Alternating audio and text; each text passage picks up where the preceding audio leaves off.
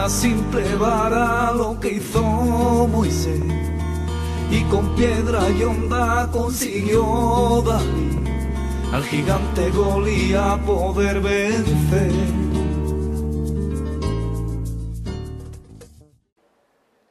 Muy buenas, queridos amigos, queridos telespectadores de Ventana Evangélica.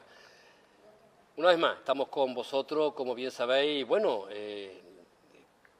la semana pasada estuvimos hablando sobre un tema bastante importante que, debido al 500 aniversario que estamos celebrando a nivel nacional sobre la reforma protestante. Y estuvimos en el Blas Infante, y uno de los invitados especiales que estuvo con nosotros pues fue el profesor Emilio Monjo. Él es coordinador de investigación de la memoria del protestantismo español. Y él nos estuvo hablando sobre la importancia de la escritura. Y la verdad es que fue una bendición en esta entrevista que le hicimos, en esta conferencia que el hermano pues nos pudo compartir. Y bueno, pues la verdad que en esta semana pues queremos hablaros también de temas importantes también en relación a la reforma protestante, de dos personajes importantes, Reina y Valera. Y bueno, para hablar de estos personajes importantes, con nosotros, que estamos en este lugar tan emblemático aquí en Jerez de la Frontera, en los claustros de Santo Domingo, tenemos, yo diría un amigo, un compañero, un hermano en la fe, nuestro hermano Antonio Simoni. Antonio, bienvenido. Hola, muchas gracias, buenas tardes. Bueno, decir que Antonio Simoni ya el año pasado ya estuvo con nosotros, nos estuviste hablando sobre las mujeres de la Reforma Protestante. Yo creo que fue bastante edificante ver a esas mujeres que hubo también en la Reforma Protestante, mujeres que dieron su vida, y la verdad es que fue algo maravilloso.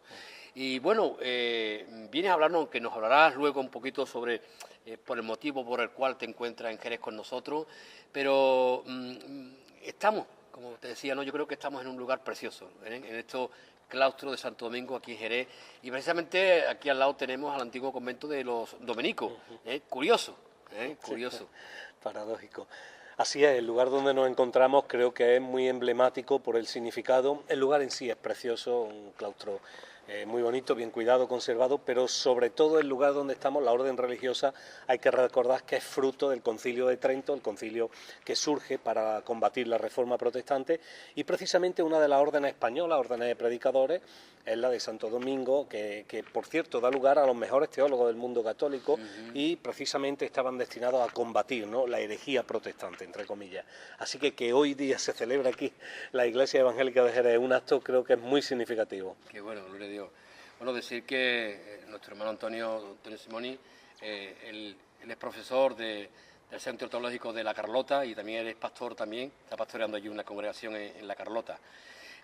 Antonio, estamos en el 500 aniversario de la Reforma Protestante, 500 años de esos hombres que se movieron, que Dios puso el sentir de buscar las Escrituras, de ese mover, de buscar a Dios, de buscar la palabra. Hombres que, como ya sabemos la historia, ya nos muestra, hombres que tuvieron que pagar con sus propias vidas. Pero tú, que eres un hombre que te estás moviendo a nivel de España, evidentemente, según hemos podido ver años atrás, el tema de la reforma y el buscar sobre los antiguos reformadores o el mover de la reforma fue algo que antiguamente parece que no hubo ese despertar. Pero ¿consideras tú de que está habiendo un despertar en este mover? Sí, sin duda. El hecho de nuestro país, la peculiaridad de nuestro país, que fue un país que no abrazó la reforma, o al menos esos intentos, esas aportaciones quedaron extinguidas con Felipe II, es muy significativo que ahora a los 500 años haya ese despertar. Venimos también de 40 años también de nacionalcatolicismo que nos ha condicionado mucho. Yo creo que fue a partir de 1984 cuando se conmemoraba el centenario del nacimiento de Lutero, cuando se empezó a ver este despertar. Ahora desde el año 1992, que ahora son 25 años, con los acuerdos del Estado, y el 2017, que dentro de unos días celebramos los 500 años, la Iglesia está empezando a mirar al pasado, y me alegra mucho porque no es solamente esa mirada retrospectiva para quedarnos ahí en la historia de pasado, sino para ver hasta dónde podemos llegar. Lo mismo que hombres y mujeres transformaron su sociedad en aquel tiempo, creo que hoy día la Iglesia está viendo un despertar muy bonito y viendo también muchas áreas que hasta ahora no se han revisado. El caso que comentaba de las mujeres de la Reforma, estamos también trabajando en alguna área sobre la ética protestante, de la integridad, del trabajo, los militares también, hay un aspecto ahí de los militares de la Reforma muy desconocido desconocido, y la Iglesia se está dando cuenta de ese pasado, ¿no?, que tiene tan importante. Me recuerda el libro de Hebreos, cuando el autor dice que se acuerden de los tiempos pasados en los cuales sostuvieron grandes combates, pero era como una medida de impulso a esa sociedad judía hebrea que estaba dispersa después de la invasión del emperador Tito, y para sostenerse en medio de la dificultad de los tiempos, el autor de Hebreos alude al pasado. Y creo que hoy día está muy bien que podamos ver esa vertiente también tan práctica, tan pragmática del pasado, para ver que tenemos respuesta a la sociedad de hoy. Así que la Iglesia, a nivel nacional en España, creo que está viendo un despertar muy bonito y se está cumpliendo lo que los reformadores decían. Ellos llegaron a la conclusión de que la Iglesia tendría que estar siempre reformándose. Y creo que en estos 500 años la Iglesia está haciendo un autoexamen, una autocrítica muy honesta, y estamos volviendo a poner la Escritura en su lugar, ¿no? Evidentemente, a nivel digamos, de ayuntamiento, de autoridades, yo creo que también está habiendo un reconocimiento, ¿no?, en relación a estos aspectos. Sí, sí, sí.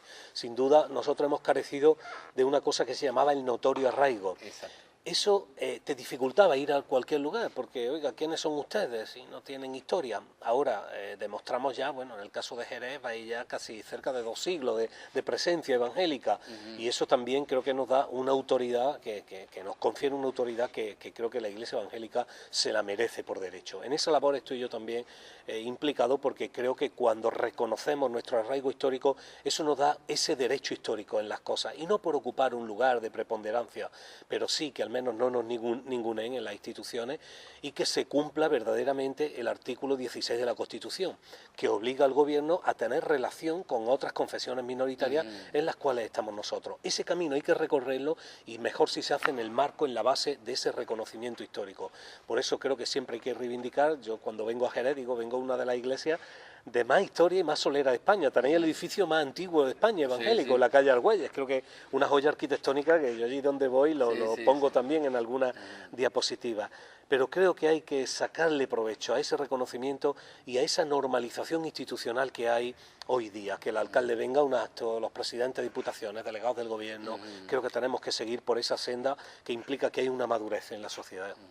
Precisamente, ya que tú has sacado a relucir la Iglesia del Salvador, la Iglesia de la calle Argüelles, precisamente pues en el programa anterior con el profesor Emilio Monjo estuvimos refiriendo, ¿no?, de que gracias al Ayuntamiento de Jerez ya por fin se nos ha concedido una calle al reverendo José Bicelí. Sí. Yo creo que, bueno, una calle también en un año muy significativo en de que se le conceda una calle a un pastor protestante. Creo que eso es un milagro hoy en día. Eso es digno de reseñar, desde luego, y felicidades, porque hoy día no es muy habitual. Yo me llegó esa noticia, se la pasé a los descendientes de José Bicelí en México, y creo que nos congratulamos con vosotros, toda la Iglesia en España, por este logro.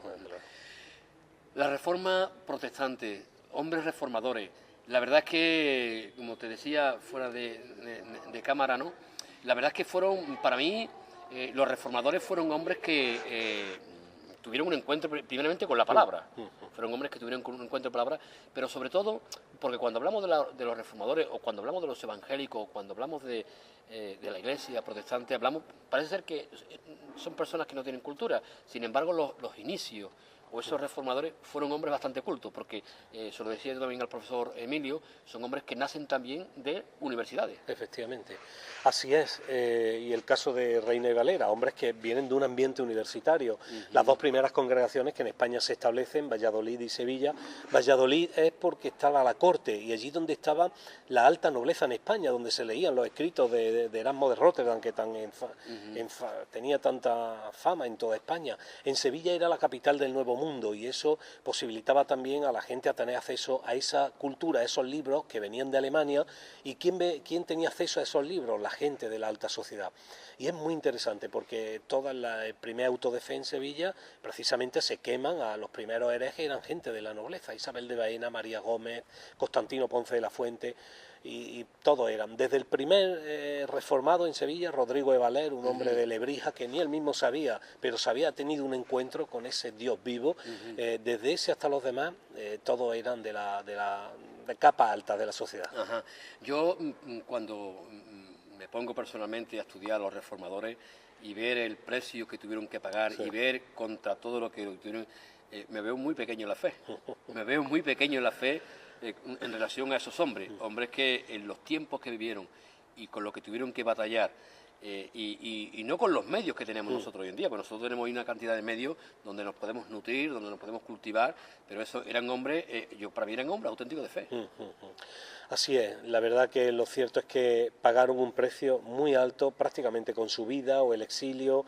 La verdad que los reformadores, esta primera hornada de reformadores, todos acabaron o en la hoguera o fuera de España, pero nadie se integró en la sociedad, evidentemente. Felipe II se encargó de ello, pero los reformadores yo creo que hicieron algo importante, fueron esa punta de lanza, y hoy día, 500 años después, creo que le debemos mucho a ellos. En primer lugar, porque la Biblia en español la leemos gracias a ellos.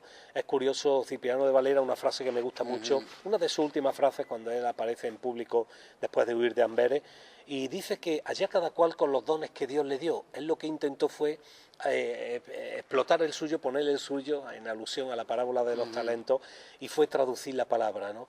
Entonces creo que un hombre que tenía un don claramente con la palabra y con la escritura, lo empleó, y hoy día, 500 años después, pues podemos leer la Biblia en español, ¿no? Así que creo que le debemos mucho a ellos, y sobre todo el aspecto testimonial a mí me conmueve pensar. El caso de María Borges, antes que hablaba de las mujeres, una chiquilla con 21 años que recitaba de memoria el Nuevo Testamento, sabía varios idiomas. Los teólogos dominicos, precisamente, los capuchinos, los jesuitas, bueno, todos intentaban convencerla y no pudieron, les rebatía todo y les ganaba a ellos.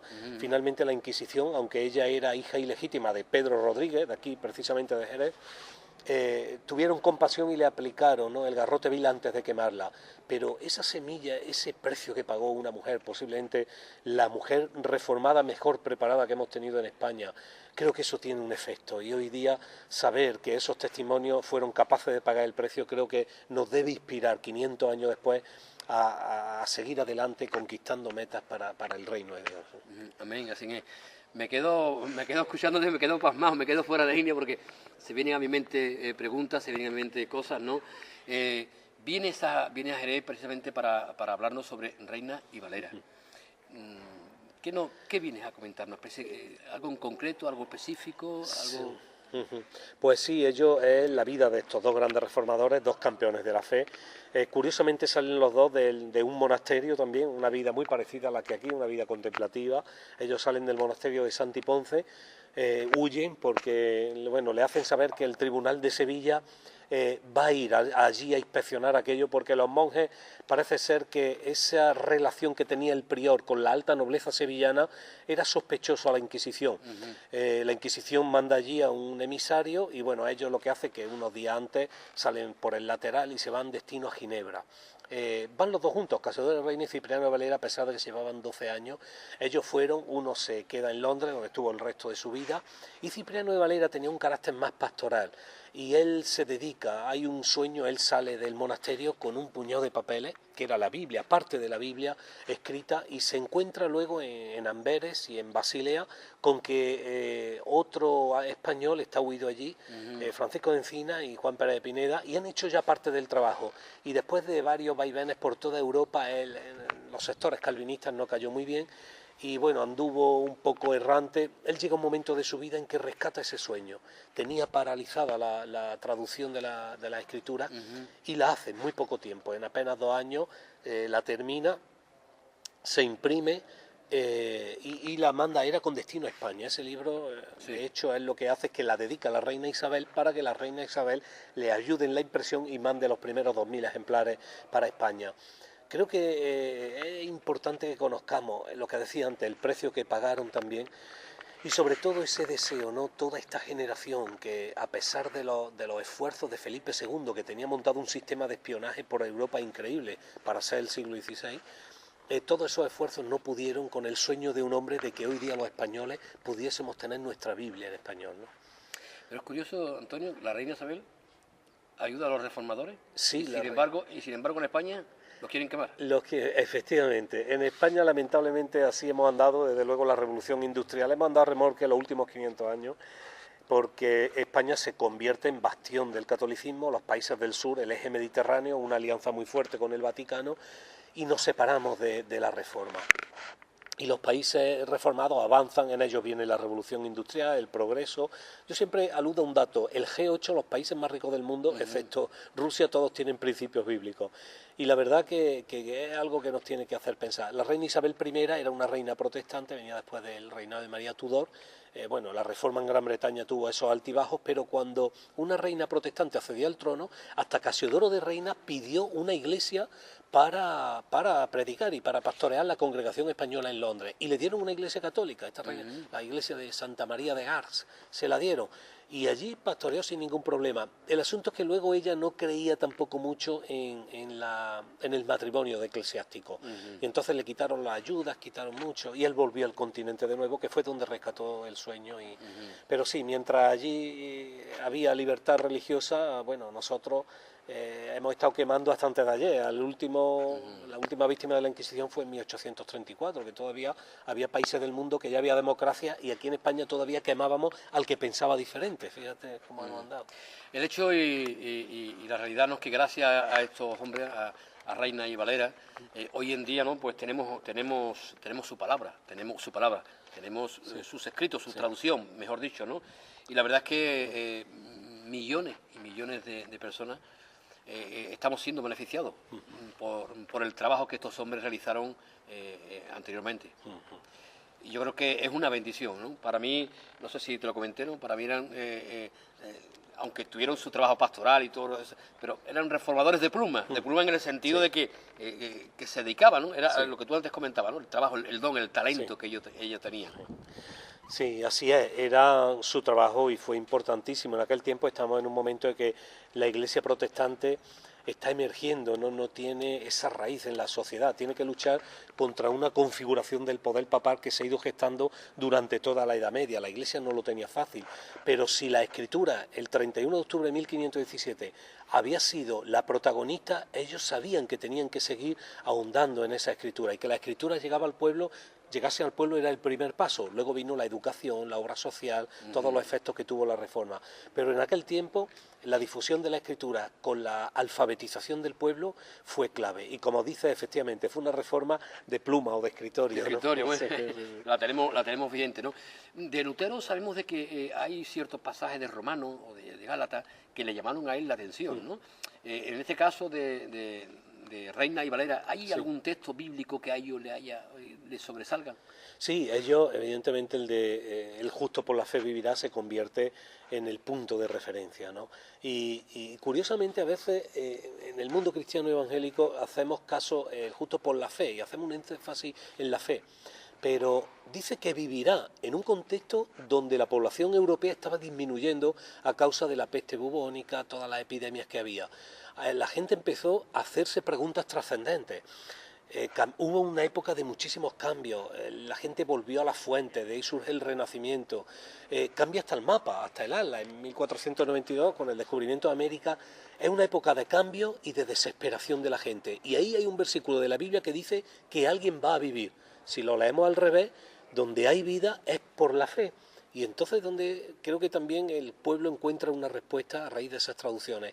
Casiodoro de Reina y Cipriano de Valera eran dos monjes, ellos pertenecían a la orden Jerónimo, que había heredado una costumbre de la orden primitiva de aquel convento, que eran cistercienses. Los cistercienses era curioso porque leían la Biblia 10 horas al día, y en el caso del monasterio de Sevilla no estaba permitido leer la Biblia de noche por respeto a la palabra, una costumbre que tenían, pero en este caso sí, le permitían 1 hora de noche. O sea, eran monjes que leían 11 horas diarias la Biblia. Eso, algo ocurre, eso tiene que reventar por algún lado, ¿no?, cuando ocurre. Que sí. Así que, y ellos seguramente eran muy instruidos, tenían los 2 títulos de filosofía y letras, en humanidades, eran discípulos de Arias Montano, con lo cual tenían una formación vastísima, ¿no? Y seguramente las palabras, cuando recibieron esos primeros tratados de Alemania, dando a conocer la palabra, eso fue la chispa, la espoleta, que lo que les llevó a llevar a cabo esta empresa, como fue la traducción al español, al castellano, que eso era insólito. Qué bueno, ¿no? Porque a través de esa traducción al castellano, las personas actualmente de hoy en día podemos conocer al Dios de la Biblia, al Dios de la palabra. como diría Pablo, ¿no?, cuando entra en Atenas, ¿no?, al Dios no conocido, ¿no? Pues yo creo que hoy en día, ¿no?, yo tengo muchos amigos, muchos compañeros que conocen al Dios que le han hablado, o al Dios de la religión. Pero yo desde estos micrófonos, ¿no?, me gustaría que tú les comentaras o dieras algo. ¿Qué Dios nos muestra la palabra? El Dios de la Biblia. Ese Cristo, ¿no?, que viene a darnos vida, y vida en abundancia, ¿no? Porque para mí, Cipriano y Valera nos muestran el Dios de la palabra, ese Dios no conocido. Así es, así es. Los reformadores, cuando ellos descubrían, hay textos de la época que dicen que eran como niños chicos, porque descubrían a ese Dios que se había revelado en la Escritura y que hasta ahora les era velado. Evidentemente ahí hay una parte también de inspiración del Espíritu Santo para dar vida a esas palabras. Y creo que al igual que en el siglo XVI aquellos monjes de ese monasterio descubrieron al Dios vivo, creo que hoy día, 500 años después, podemos descubrir también a ese Dios de la Biblia, vivo, trascendente. Lutero lo que hizo fue actuar conforme a su conciencia. Él decía que tenía la conciencia atada a la palabra de Dios. Y creo que también es importante, como en aquel tiempo decía Lutero, que él no podía contradecir la conciencia. O sea, descubrir al Dios vivo, Dios real y trascendente en nuestras vidas, creo que trae mucha tranquilidad al ser humano hoy día, y podemos descansar en todas nuestras cargas, preocupaciones, en ese Dios todopoderoso que todo lo puede. Es el Dios del Lutero, el Dios del siglo I y el Dios que ha estado por todos los siglos, ¿no?, en la historia de la humanidad, anhelando al ser humano. Había un reformador que decía que él, hasta que conoció a Dios, era fugitivo del amor de Dios. Creo que tenemos una llamada, ¿no?, a ese amor de Dios, a no ser más fugitivos del amor de Dios. Qué bueno. La verdad es que nuestro Dios es un Dios maravilloso en su palabra, que desde esta ventana, evidentemente, ¿no?, siempre estamos constantemente invitando a las personas a que lean la palabra, a que lean la Biblia, porque la Biblia es la que va a traer el conocimiento verdadero, de esa luz verdadera que viene a este mundo a alumbrar a todo hombre. Si no hay conocimiento de la palabra, no pueden encontrar a ese Dios vivo, a ese Dios verdadero, a ese Dios que nos da tantas promesas, promesas fieles, o como diría, ¿no?, la propia palabra, promesas grandes, fieles, genuinas, maravillosas, porque nuestro Dios es un Dios vivo, nuestro Dios es un Dios no está muerto, nuestro Dios está vivo. Predicamos y anunciamos ese Dios que murió y ese Dios que resucitó, ese Dios que lo podemos encontrar a través de su palabra bendita, que tenemos el privilegio, como de estos reformadores, ¿no?, Reina Valera, que gracias a ese deseo, gracias a ese talento que Dios puso en estos hombres de traducirla al castellano, pues la tenemos hoy en día, ¿no? Pero una pregunta para ir terminando, Antonio. ¿Se puede confiar en el texto, en la palabra que tenemos? ¿Es genuino el texto que tenemos de esa traducción de Reina y Valera? Sí, es genuino por varias razones. Ahora, 500 años después, y sin riesgo de cometer un anacronismo, podemos contar con la opinión de los expertos desde el mundo católico, protestante y el mundo cristiano en general, en el que reconocen la calidad de la traducción de Reina Valera. Ellos emplean una terminología muy exquisita, producto también de su formación. Creo que también es muy importante recordar que estas personas tenían acceso a los textos originales. Del texto original, el texto Receptum, Códice Vaticano, hasta la Reina Valera, solo había 4 traducciones, con lo cual eso nos da garantía, no es como otras versiones que han pasado ya mucho tiempo. Y hay una que para mí es fundamental, y precisamente hablo de Menéndez y Pelayo, el azote del protestantismo español. Él llega a reconocer la calidad literaria, ¿no? No solamente por la calidad de traducción, sino la calidad literaria, y una joya del siglo XVI. O sea, que hasta los enemigos de Casiodoro de Reina reconocían el valor de la traducción, ¿no? Así que tenemos totalmente todas las garantías. Yo leo la Reina Valera, la Biblia del Oso, la versión la leo con cierta frecuencia, aunque cuesta un poco con el castellano antiguo, pero no difiere en nada, se puede leer perfectamente hoy día, que se entiende muy bien, muy bien. Solo está actualizada, las revisiones que tenemos hasta hoy, pero hay una garantía total, dicho no solamente por un mundo cristiano, sino en general también. Qué bueno. Pues, Antonio, gracias por tu tiempo, gracias por estar en Jerez con nosotros. Desearte lo mejor, que el Señor siga, porque me imagino que tendrá mucho trabajo en este año. Sí, deseando que, pues como decía, ¿no?, Reina y Valera, ¿no?, esos talentos que Dios también te ha dado, que también lo ponga al servicio de la Iglesia, del Señor, y los cuales nos beneficiamos mucho, evidentemente, ¿no? Pues, si tienes alguna última palabra que quieras decirle a esta cámara. Sí, pues no, felicitar a la comunidad evangélica de Jerez, la Fraternidad Frameje, Para mí, para mi familia y mi esposa y yo, cada vez que venimos aquí, venimos a ver a amigos. Y la verdad que felicitar por estos 500 años, conmemoramos, ¿no?, el hecho de la reforma, que la Biblia salió a la luz. Y ojalá pueda la sociedad jerezana conocer, ¿no?, a ese Dios vivo, trascendente, y que el trabajo que muchas iglesias evangélicas están haciendo aquí sin recursos, sin muchas facilidades por parte de todos los estamentos, que pueda seguir adelante y ser fructificado. Así que ánimo, adelante, y que el Señor os bendiga otros 500 años más, por lo menos. Y un saludo a todos los oyentes de Ventana Evangélica. Antonio, gracias por todo. Pues mi querido amigo, queridos telespectadores, yo creo que ha sido una entrevista maravillosa, genial, de hablar, aunque sea brevemente y escuetamente, de Reina y Valera y ver las grandes aportaciones y los grandes beneficios que trajeron estos reformadores al pueblo, al pueblo, a toda la sociedad, al mundo entero completamente, de poder tener el texto, la palabra de Dios en castellano. Sin más, invitaros una vez más a que leáis la palabra, que la Biblia, la palabra de Dios, como ella misma dice, que sea lámpara a tus pies y lumbrera a tu camino. Ella es la única que puede quitar toda tiniebla, quitar toda duda de tu mente y de tu corazón. Que Dios te bendiga grandemente y nos vemos la semana que viene.